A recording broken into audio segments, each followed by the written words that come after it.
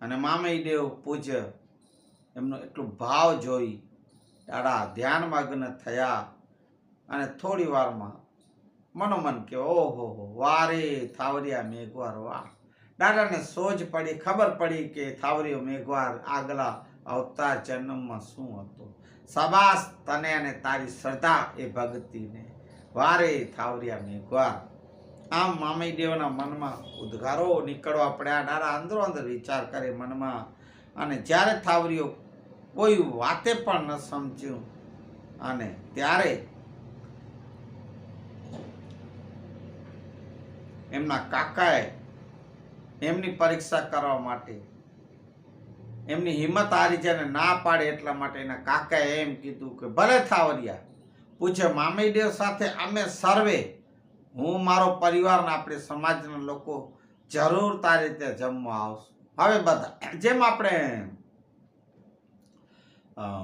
નરસિંહ મહેતા જુનાગઢના નાગર બ્રાહ્મણ એ નરસૈયો એ ગયા હતા. એક બે ત્રણ અતિથિને બ્રાહ્મણો મહારાજોને ને એ લોકોને આમંત્રણ, આખો ગામ જે ચોરામાં બેઠું ને આખા ગામને નિમંત્રિત કરેલા. અને મારા પ્રભુ પર આશરો મૂકી અને જેમ નરસૈયાએ આ પાડી દીધી તેમ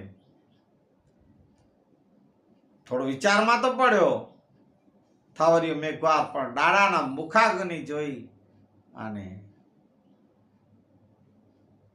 દાદાએ કીધું ઠીક છે થાવરિયા કહી દે, ભલે બધા આવે. હિંમત આવી ગઈ છે કારણ કે દાદાના વચનો છે ને એમ. ત્યારે મામી દેવ કીધું હે થાવરિયા તું કહી દે, બધાને આમંત્રણ, ભલે બધા પધારજો, બધા આવજો, એમાં ગભરાવાનું શું, હું બેઠો છું ને, પૂજ્ય મામી દેવ કીધું. ત્યારે મામઈ દેવના આવા વચનો સાંભળી હાથ જોડી અને કહેવા લાગ્યો કે હે હરિ, હે દેવ, હે પ્રભુ, મારી લાજ રાખજો ભલા. એમ કઈ સર્વ લોકોને પોતાના ઘરે આવવાનું આમંત્રણ દીધું છે, ભલે પધારજો કાકા, પરિવાર, સમાજ સર્વે પધારજો. જેમ નરસૈયાના એમના પિતાજીના શ્રાદ્ધ માટે જે એણે જે જમણવાર રાખ્યું હતું ભોજન, એમાં એ રીતે. અને મારા વાલાઓ કેમ મારો પ્રભુ ઈશ્વર લાજ ન રાખે, એ બધાની એટલે નરસૈયાને તો 52 કામ કર્યા ને દોડી આવતો હતો.